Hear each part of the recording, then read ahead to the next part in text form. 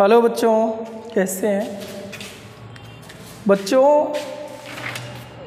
जो कट गई उसे उम्र कहते हैं, जो कट गई उसे उम्र कहते हैं साहब, जिसे जी लिया उसे ज़िंदगी कहते हैं। इसलिए प्रत्येक वर्क पूरे फ्लो से करो, पूरे मनोभाव से करो, जिससे उसे काटो नहीं, उसे जियो।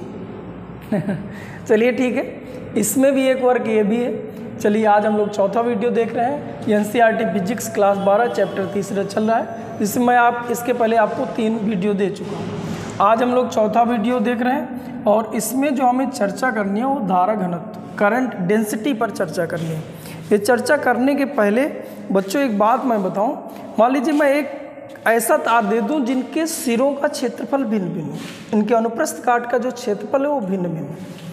अब अगर यहाँ से करंट निकाला, यहाँ से प्रवेश करा जाए तो यहाँ जो करंट निकलेगा तो क्या वो अलग अलग होगा कि एक सा होगा?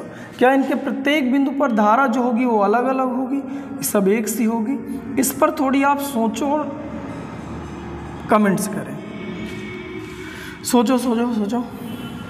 तो धारा नाम है इसका, धारा मतलब जितना इधर धारा मतलब समझ रहे हैं, जैसे मान लीजिए पानी का प्रवाह हो रहा है, सेम सिचुएशन करंट का प्रवाह होता है। जैसे पानी आपने देखा होगा कि ऊंचे भाग से नीचे भाग की ओर पानी ऐसे ऐसे करके बहता है इधर की ओर, इसीलिए जो करंट होता है वो उच्च विभव से निम्न विभव की ओर बहती है। सेम चीज़ उससे मैच करती है, जिधर उच्च विभव होगा उससे निम्न विभव की ओर करंट का प्रवाह होगा। ऐसे ही उच्च गुरुत्व से निम्न गुरुत्व की ओर जल का प्रवाह होता है, सेम चीज़ ऐसे होती है। ऐसे ही अगर यहाँ से पानी जितना प्रवेश करेगा पानी उतना ही उधर निकलेगा। ये चीज़ हमने देखा था। तो ऐसे ही सेम टू सेम यहाँ पर बेटा क्या होता है कि धारा का भी प्रवाह ऐसे ही होता है। वैद्युत धारा का तो जितना एक्स अक्ष से करंट प्रवेश करता है उतना वाई अक्ष से करंट बाहर निकलता है। यानी इसका मतलब यहाँ पर करंट जो एक्स अक्ष पर करंट है, जो वाई अक्ष पर करंट है, सेम होता है। लेकिन बच्चों एक बात हमें समझ में नहीं आ रही कि यहाँ क्षेत्रफल कम है और वहाँ क्षेत्रफल ज़्यादा है, तो फिर ऐसा क्यों हो गया? तो फिर अगर ये देखा जाए तो I बराबर सूत्र हमने पढ़ा था NEAVD। अब ये कांस्टेंट है, ये कांस्टेंट ही है। अगर A इंटू VD बराबर हम लोग कांस्टेंट लिख दें तो एक बात हमें समझ में आ गई बेटा यहाँ से कि जहाँ एरिया कम रहेगा, क्योंकि इन दो का गुणनफल कांस्टेंट है, वहाँ VD ज़्यादा रहेगा। यहाँ जैसे एरिया कम है तो यहाँ जो इलेक्ट्रॉन रहे होंगे वो तेज़ी से निकल रहे होंगे। ऐसे ही आप जल के भी फ्लो में देखते हैं, प्रवाह में देखते हैं। जहाँ एरिया कम होता है, जैसे हमें पानी कुछ ज़्यादा दूर तक फ्लो कराना है तो जो पाइप होता है, पाइप के आगे का जो एरिया होता है उससे हम कम कर लेते हैं, फ्लो बढ़ जाता है। यानी जहाँ एरिया कम कर दोगे वहाँ फ्लो बढ़ जाता है।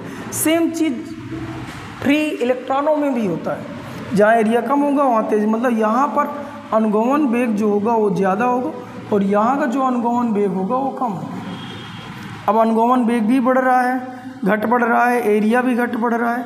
तो एक हम सोच में ये पड़ गए कि एक कुछ ऐसा करंट सोचें जो क्षेत्रफल पर डिपेंड करता हो, यानी धारा का मान, करंट का मान एरिया के साथ ले लिया जाए तो ये जो एरिया के साथ हम करंट लेते हैं, इसी करंट को हम लोग करंट डेंसिटी कहते हैं, धारा घनत्व कहते हैं। और ये करंट डेंसिटी जो है, देखिए इस जो चालक है, चालक के प्रत्येक बिंदु पर अलग अलग है, क्योंकि प्रत्येक बिंदु का एरिया, भाई धारा तो सेम है, ये कांस्टेंट है, लेकिन जो एरिया है वो परिवर्ती है। अगर ये परिवर्ती है तो ये भी परिवर्ती है, और जहाँ एरिया ज़्यादा होगा वहाँ पर ये ज़्यादा होगा तो ये कम हो जाएगा। यानी जहाँ पर एरिया ज़्यादा है, जैसे यहाँ, तो यहाँ पर जो करंट डेंसिटी होगी कम होगी और यहाँ जो करंट डेंसिटी होगी वो ज़्यादा होगी। इसका मतलब हमारे दिमाग में एक बात और दौड़ गई कि करंट तो ठीक है, लेकिन एक ऐसे करंट की भी कल्पना हम लोग कर लें, इमेजिन करें, जो एरिया के साथ, चालक के एरिया, जो चालक का परपेंडिकुलर एरिया है उसके साथ मैच करती हो, उसके साथ उस पर निर्भर करती हो। जो ऐसी धारा होती है उस धारा का नाम हम लोगों ने धारा घनत्व रख दिया। और इसकी डिफिनीशन ऐसे दे दिए कि चालक के किसी बिंदु पर एकांक क्षेत्रफल से किसी बिंदु पर, यहाँ चेक करो, यहाँ चेक करो, इनमें से किसी बिंदु पर एकांक क्षेत्रफल से तल के लंबवत, जैसे ये तल है इसके लंबवत, परपेंडिकुलर लंबवत, तल के लंबवत जो गुजरने वाली धारा होती है उसी धारा को हम लोग धारा घनत्व कहते हैं। तो J बराबर I/A सूत्र बन गया और परिभाषा आपकी यहाँ बन गई। मैं यहाँ लिखे दे रहा हूँ, देखिए बच्चों। हाँ बच्चों, ये मैंने लिख दिया। चालक के किसी बिंदु, ये चालक है पूरा, चालक के किसी बिंदु पर, यहाँ चेक करना है x अक्ष पर कि y अक्ष पर कि यहाँ किसी भी बिंदु पर चेक करना है, किसी बिंदु पर एकांक क्षेत्रफल से तल के लंबवत, जैसे ये तल है इसके परपेंडिकुलर, ये तल है परपेंडिकुलर, ये तल है परपेंडिकुलर, यहाँ ऐसे तल है परपेंडिकुलर, इसके लंबवत जो गुजरने वाली धारा होती है इस धारा को हम लोग धारा घनत्व कहते हैं। इसे J से व्यक्त करते हैं, J बराबर I/A लिखते हैं। तो ये सूत्र लिख लीजिए और आगे कुछ बातों पर और हम लोग चर्चा कर रहे हैं। जैसे बच्चों हम लोग ऐसी कोई बात करें, यहाँ थोड़ी मिटा दे रहा हूँ कि ये मान लीजिए हमें एरिया ऐसे नहीं पता, हमें कुछ ऐसे पता है। मान लीजिए हमें एरिया कुछ ऐसे करके पता है, ये एरिया पता है, ये एरिया जो है वो A हमें पता है और ऐसे करके इसकी डायरेक्शन ही होगी क्योंकि तल के लंबवत ये होती है बेटा। और जो I करंट की डायरेक्शन है वो ऐसे है बेटा, इनके बीच थीटा कोण बन है। तो इस कंडीशन पे हम लोग लिखते क्या है, इनके बीच थीटा कोण बन रहा है तो इसको भी ऐसे ही मोड़ लिया जाए। तो उस समय पर जब हम J बराबर लिखते हैं I/A cos थीटा, क्योंकि अगर आप लोगों को पता हो तो थीटा के दो तरह से वियोजन किए जाते हैं। जैसे मान लीजिए आपका एक ही डायरेक्शन ये A है, ये मान लीजिए अपना x अक्ष और ये मान लीजिए y अक्ष, इसके अगर दो परपेंडिकुलर भाग करने, लंबवत भाग करने, तो जिधर थीटा होता है अगर उधर मोड़ दें, जैसे यूँ है इसको यूँ मोड़ दें तो इधर आ जाएगा A cos थीटा, और जिधर थीटा नहीं होता, जैसे इधर थीटा नहीं है, अगर मुझे इधर मोड़ना है तो यही चला जाएगा sine theta.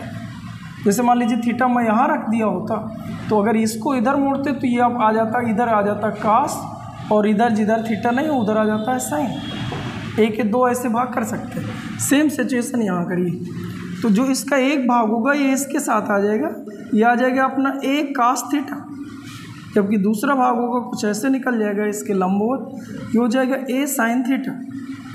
A sin theta धारा इससे होकर नहीं, दल के लंबवत जो गुजरे इधर, यानी A cos थीटा, उस सिचुएशन में हम लोग यहाँ पर A cos थीटा ले लेते हैं। तो यदि करके यहाँ पर लिख लो, यदि A कैप का मतलब जो किसी बिंदु पर खींचा गया जो क्षेत्रफल है, या कोई खींचा परपेंडिकुलर काटा गया जो भाग है उसके क्षेत्रफल की डायरेक्शन, कैप जिसके ऊपर लगा दीजिए केवल डायरेक्शन, एकांक सदिश को व्यक्त करता, वह I कैप के बीच थीटा कोण बने, या शुद्ध हिंदी में आप इसको और लिखना चाहते हो तो यहाँ क्षेत्रफल की दिशा व धारा की दिशा के बीच थीटा कोण बने, तो J धारा घनत्व J बराबर I/A cos थीटा होता है। दूसरा सूत्र ये लिख लीजिए, एक सूत्र ये लिख लीजिएगा, दूसरा सूत्र ये लिख लीजिए, सूत्रों पर इसको लिख लीजिए। और बेटा तीसरी बात और हम लोग कर लें, अगर J बराबर हम उसी तरह लिख लें, या I बराबर लिखो तिर्यक गुणा करके, तो I बराबर हो जाएगा JA cos थीटा, क्योंकि J एक सदिश राशि है। अभी आगे लिख रहे हैं बीमा राशि मात्रा, तो अब cos थीटा को हटाइए तो J का वेक्टर इंटू A का वेक्टर, क्योंकि दो वेक्टरों का डॉट गुणन दोनों वेक्टरों के परिमाणों व उनके बीच बने कोण की कोज्या यानी कास के गुणन के बराबर होता है। इसका मतलब कास हटाएंगे तो अगर यहाँ मान लो साइन होता तो क्रॉस गुणन होता है, अगर कास है तो डॉट गुणन आता है। इसका मतलब I का J का वेक्टर डॉट A का वेक्टर बराबर, ये दो वेक्टरों का डॉट गुणन की एक कहानी है। तो हम इसका सदिश निरूपण ऐसे लिख सकते हैं। तो परिभाषा लिख लिए, दो सूत्र लिख लिए, इसको आप सदिश, यह सदिश निरूपण है, सदिश निरूपण लिख लीजिए, ठीक है। और चीज़ें क्या लिख सकते हो, और बेटा ये लिख सकते हो, जैसे चौथा हम लिख लें इधर, चौथा लिख लीजिए।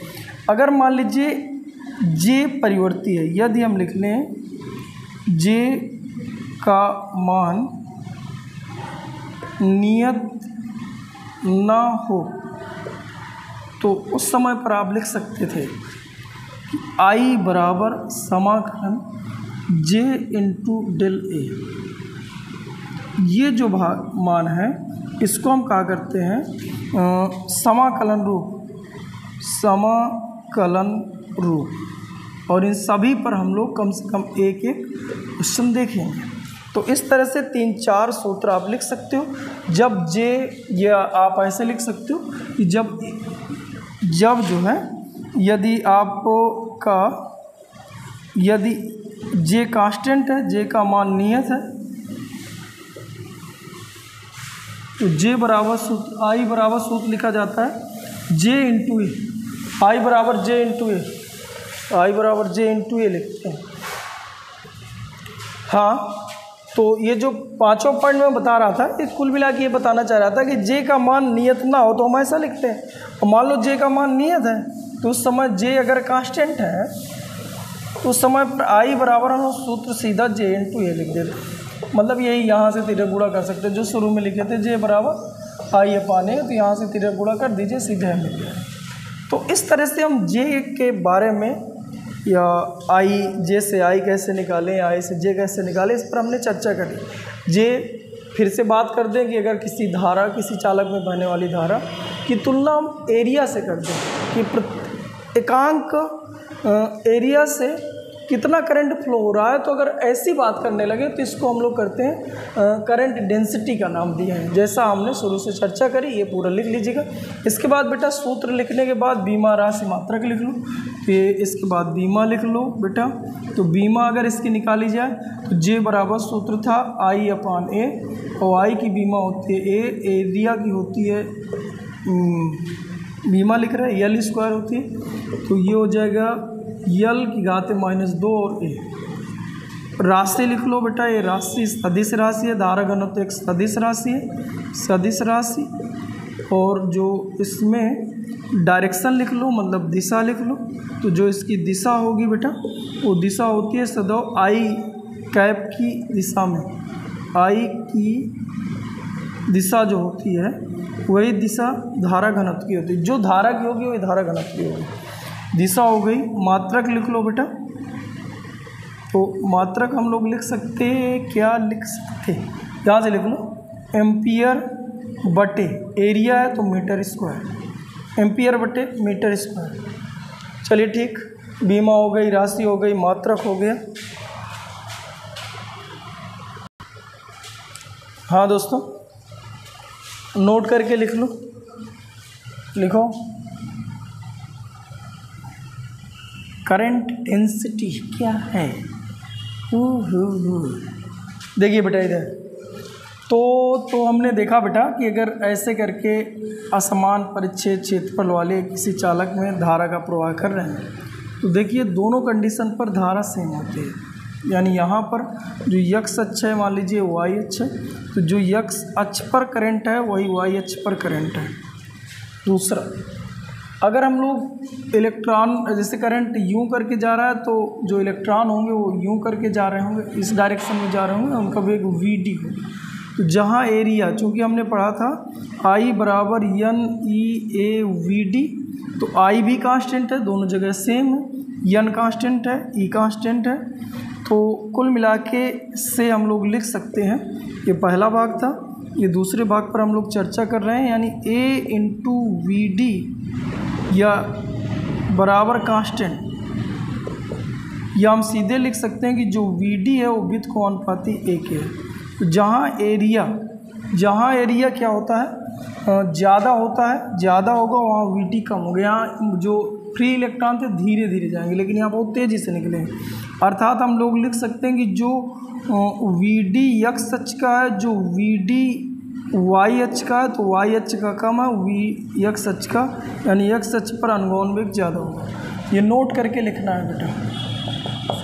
अब ऐसे ही अगर हम लोग चर्चा करें तीसरी बात पर कि वैद्युत क्षेत्र की तीव्रता पर क्या प्रभाव पड़ता है, तो बेटा वैद्युत क्षेत्र की तीव्रता भी परिवर्तित हो जाती है, जो हम लोग ऐसे कह सकते हैं कि यहाँ पर ऐसे करते हैं, यहाँ पर जैसे जैसे जैसे जैसे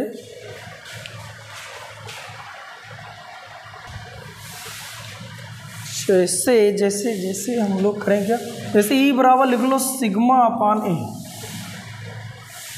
अब यहाँ पर देखिए एरिया पर डिपेंड कर रहा है, मतलब ई विद को अनुपाती है, ऐसा लिखा जा सकता है। इसका मतलब जहाँ एरिया ज़्यादा है, जैसे यक्स अक्ष ये वाई अक्ष हो गया, ये एक्स अक्ष हो गया, यहाँ और यहाँ वैद्युत क्षेत्र दिखा रहे हैं, तो एक्स अक्ष का एरिया ज़्यादा है तो वहाँ जो वैद्युत क्षेत्र होगा वो कम होगा, मतलब यहाँ पर कम है, यहाँ ज़्यादा है।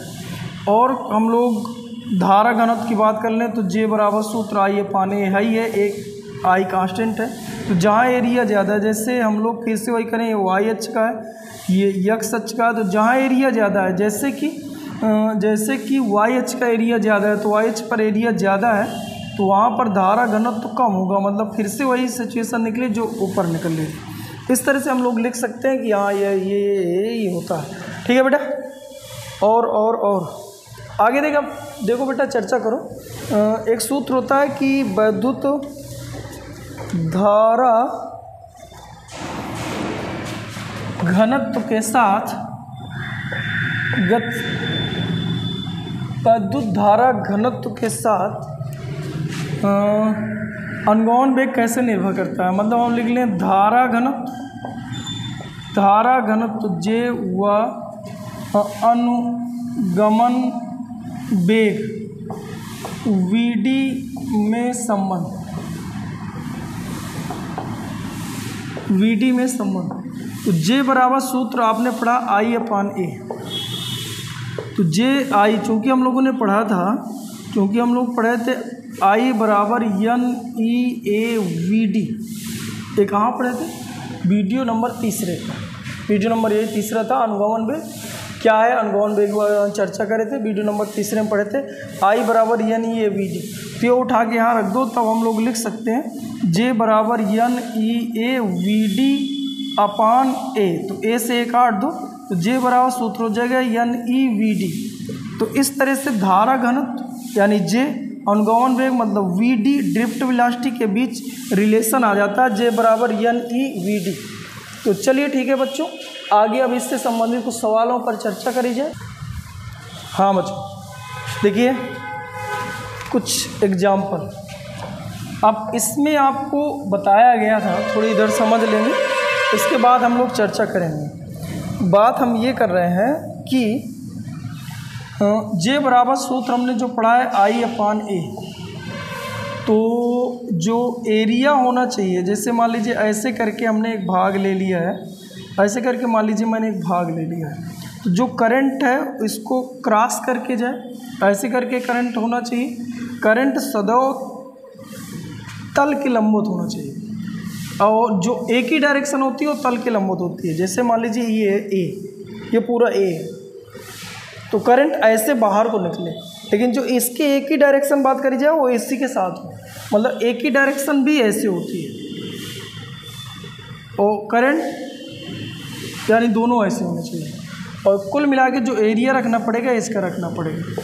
जैसे देखिए को थोड़ी समझिएगा, मान लीजिए मैंने एक ऐसे करके घनाभाकार आपको पार्ट दे दिया, ये घनाभाकार मैंने एक पार्ट दे दिया, ये दे दिया मान लीजिए बच्चों, और इसमें मैंने इनकी लंबाई चौड़ाई मान लीजिए इसको मैंने ए नाम दिया है, इसको मान लीजिए मैंने बी नाम दिया है, और इसको मान लीजिए मैंने सी नाम दिया है। और मान लीजिए मैंने करंट बेटा ऐसे फ्लो कर दूँ, ऐसे और ऐसे करके करंट निकल रहा है। अब इसमें आपको जे रखना है, ये आई मान लीजिए करंट निकल रहा है, और यहाँ पर आपका जे कांस्टेंट है, वेरिएबल नहीं। तो उस कंडीशन में क्वेश्चन आपका ये पहला आप मान सकते हो, और उस कंडीशन में जे बराबर रखना है। तो जे बराबर सूत्र आई तो हमें पता है आई अपान ए। अब ए किस तल का रखें, तो आपको पता है कि जिस तल से करंट गुजरा है उस तल के लंबवत जो भाग है, ये ऐसे करके इस भाग का हम एरिया रखें। ये जो एरिया होगा, ये एरिया जो है यहाँ पर रखा जाता है। तो इसका एरिया निकालें तो लंबाई गुणे चौड़ाई यानी बी गुणे सी, ये बी गुणे सी कर दिया जाए यानी BC हो जाए। लेकिन अगर इसी पे बेटा ऐसे करके चर्चा हो जाती, जैसे इसी में दूसरा क्वेश्चन बना लेते कि अगर हम लोग एरिया ऐसे मतलब करंट का फ्लो ऐसे न करके हम लोग ऐसे करना है, ये करंट ऐसे करके फ्लो हो रहा है। अब फिर से पूछ लिया जाए कि बताइए बेटा जे कितना है, ये करंट आई प्रवाहित हो रहा है पाई जे बराबर आई अपान ए होता है। अब एरिया जो रखना पड़ेगा, अब इस भाग का एरिया रखना पड़ेगा, इस भाग का बेटा। तो अगर देखा जाए तो इस भाग का जो एरिया होगा, इस भाग का जो एरिया होगा, तो फिर से वही लंबाई गुणे चौड़ाई, तो लंबाई हो जाएगी ए और चौड़ाई हो जाएगी बी। तो यहाँ पर आपका एरिया जो आ जाएगा ए और बी। अब आपको थोड़ी फील आई होगी कि एरिया क्या है। एरिया उस तल का होता है, एरिया यानी एक उस भाग का क्षेत्रफल है जिस भाग से धारा लंबवत गुजरी। जैसे इस भाग से धारा लंबवत गुजरी, इस भाग से धारा लंबवत गुजरी, तो इस भाग का एरिया यहाँ रखा जाएगा। करंट यूँ जा रहा है तो ऐसे रखा जाएगा। मान लीजिए करंट यूँ जाता, ऐसे करके जाता, ऐसे लंबवत गुजरता। मान लीजिए मैं ऐसे दिखा रहा हूँ कि करंट ऐसे क्रॉस नीचे की ओर जा रहा है, तो उस समय पर जो हम लोग एरिया रखे होते हैं तो इसका और इसका रखे होते हैं, यानी उस समय आपका बी और सी हो गया होता है, यहाँ बी सी बना होता अगर करंट ऐसे जा रहा है। तो बात समझ में है? चलिए ठीक, और थोड़ी चर्चा करें। जैसे मान लीजिए मैंने क्या करा, क्वेश्चन नंबर आप अगला देखिए। मान लीजिए मैंने क्वेश्चन नंबर तीसरे पे आपको ऐसे कर दिया कि ये मान लीजिए एक बेलन है, सिलेंडर है, जिसकी त्रिज्या मान लीजिए मैंने कर दिया आर, और करंट इसमें यूँ जा रहा है, यूँ। अब बताइए कि आई बराबर सूत्र कितना होगा। तो आई बराबर जे बराबर कितनी वैल्यू मिलेगी, ये मैं आपसे चर्चा करूं। तो जे बराबर आई अपान ई होता है, या मान लीजिए मैं जे यहाँ पर कांस्टेंट है और मैं बताऊं पूछूं आई बराबर क्वेश्चन मार्क, ऐसा पूछ लो मान लीजिए। तो आई, चूँकि आपको पता है जे बराबर सूत्र आई अपान ए से आई बराबर कितना हो जाएगा, आई बराबर जे इंटू ए। तो यहाँ जो एरिया रखना पड़ेगा ये इस भाग का एरिया रखना पड़ेगा, इस भाग का एरिया सदैव आई के परपेंडिकुलर रहे। तो यहाँ एरिया जो रखेंगे तो पाई आर स्क्वायर रखेंगे। ये ऐसे करके हम लोग वैल्यू रखते हैं बेटा। और जैसे कुछ चर्चा कर ली जाए, जैसे मान लीजिए ऐसे मैं एक और खोखला भाग दे दूँ, खोखला भाग मान लीजिए कि ऐसे करके एक सिलेंडर दे दिया जाए, खोखला सिलेंडर, हॉलो सिलेंडर, ये भाग है। मान लीजिए इसकी त्रिज्या दी है R1 और ये टोटल जो त्रिज्या दी है ये मान लीजिए दी है आपको R2। तो अगर हम लोग चर्चा करें तो बताइए अगर करंट ऐसे करके फ्लो कर रहा है तो क्या होगा।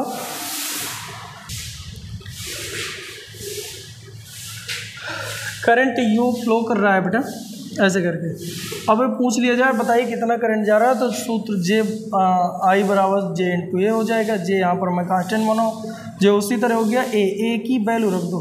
तो ए इस भाग का हमें क्षेत्रफल रखना पड़ेगा जितना सा ये रखा हुआ, तो पाई R2 square minus pi R1 square. इस तरह से हम लोग जो है चर्चा करते हैं। आगे देखते हैं बेटा कुछ और, जैसे मान लीजिए कुछ क्वेश्चन और देखते हैं जिन पर जे जो है वेरिएबल, ऐसे जैसे क्वेश्चन अगला।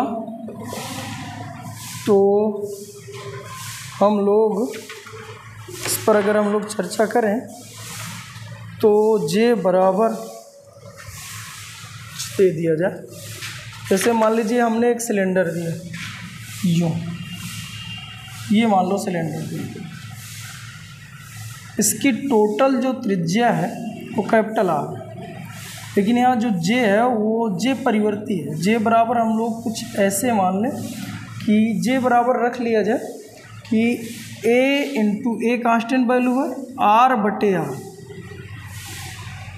ये यानी जे बराबर है ए आर बटे आर। आर आपको पता है ये, और ये स्मॉल आर है, यहाँ पर जब बढ़ते जा रहे हैं तो आर का मान पहले 0 है और यहाँ पर आर का मान कैपिटल आर के बराबर है, ये है आर।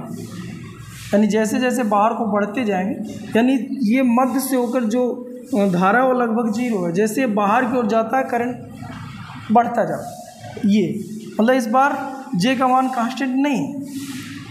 अब पूछा गया कि अगर इससे होकर जो गुजरने वाली धारा है वो कितनी होगी, ये तो फिर से देखो बेटा, अब ऐसे ऐसे करके जब यहाँ करंट गुजर रहा होगा तो उस समय पे हम लोग क्या करते हैं, आर पे जाके डी आर मोटाई का एक भाग काटते हैं। इस भाग से कितना करंट फ्लो हुआ, और अगर इसकी बात करें तो यहाँ आई बराबर हमने बताया था समाकलन जे इंटू डेले, यानी इस भाग का एरिया जो होगा आर ए बराबर पाई आर स्क्वायर होगा, लेकिन जो इसका डिले होगा यानी केवल ये जिसे ब्लैक ब्लैक दिख रहा है इतने का एरिया, तो डी ए बराबर two pi R into D R होगा। ये डी आर निकालने का दो मेथड हो सकता है डी ए निकालने के लिए, डी आर के पदों में। एक तो इसका अवकलन कर दो आर के पदों में, तो डी अपान डी आर डिफ्रेंसिएशन कर रहे हैं आर का, चूंकि आर परिवर्ती जैसे बाहर की ओर जा रहे हो तो ये आर ये बढ़ के कैपिटल आर के बराबर ए का कर रहा हूँ। अब मैंने अवकलन थोड़ी समझाया था पहले वाले वीडियो में, घात को गुणे में ले आओ तो पाई आप उसी तरह रख लिए, घात को गुणे में ले आओ तो 2 आ गया और घात में कम कर दो। इसी को मैंने लिखा था 2 पाई आर अभी, और डी आर का तिरक गुणा कर दिया था और डेल ए बराबर लिखा था अभी। या अगर आपको ऐसे ना समझ में आया हो तो एक मेथड और, इसको आप कहीं एक जगह से काट लो और सीधी कर लो ऐसे कर, तो ये जो लंबाई पूरी आई होगी ये आई होगी 2 पाई डी आर, क्योंकि इसकी मोटाई डी आर है और ये है आर, ये ऐसे करके।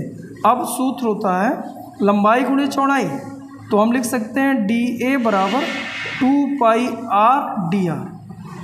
समझ में आया होगा। ऐसे ही ये अवकलन विधि से है और ये डायरेक्ट है, आपको जैसे समझ में आ जाए करना है। तो चलिए डी ए आप निकाल लिए। अब आई बराबर सूत्र होता है समाकलन जे इंटू डी ए।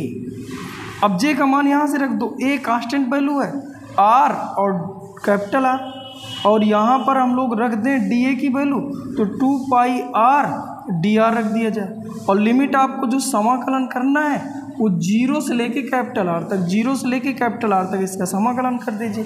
तो बच्चों ये क्या बन जाएगा, आई बराबर ए और देखिए बट्टे आर कर लो बाहर, इस आर को इधर ले जाओ तो ये हो जाएगा समाकलन 2 पाई, ये आर अंदर चला गया तो आर स्क्वायर डी आर, और साथ में एक बात और समझ में आई, 2 पाई कांस्टेंट वैल्यू, जितनी कांस्टेंट है उन्हें बाहर कर लो, तो 2 पाई भी बाहर आ गया, 2 पाई ए।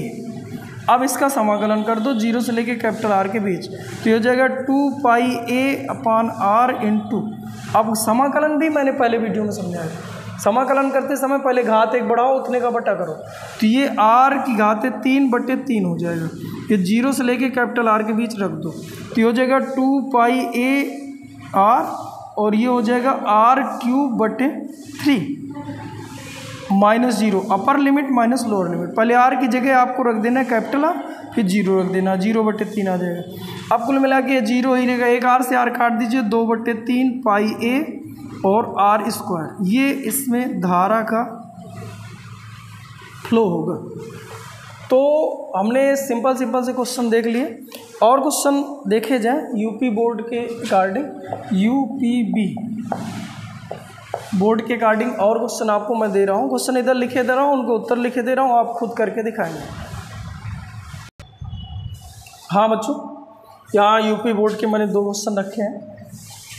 1 लाख इलेक्ट्रॉन पुंज का अनुप्रस्थ क्षेत्रफल 1 मिलीमीटर स्क्वायर है, इसको मीटर स्क्वायर में बदल लीजिएगा, यानी ए बराबर लिख लीजिएगा 1 × 10⁻⁶ मीटर स्क्वायर। करा किसी परिच्छेद के लंबवत, ये पता है ना मिली को मीटर में कैसे बदले, मिली मतलब 10⁻3, पहला वाला वीडियो पहले देखें तभी समझ में आएगा, और उसका स्क्वायर करना है तो 10⁻⁶ हो जाएगा, घात में घात लगी तो गुणा हो जाता है। किसी परिच्छेद के लंबवत प्रति सेकंड यानी t बराबर 1 सेकंड इतने इलेक्ट्रॉन यन दिया है तो धारा पूछा, तो बेटा इसको आप करिए।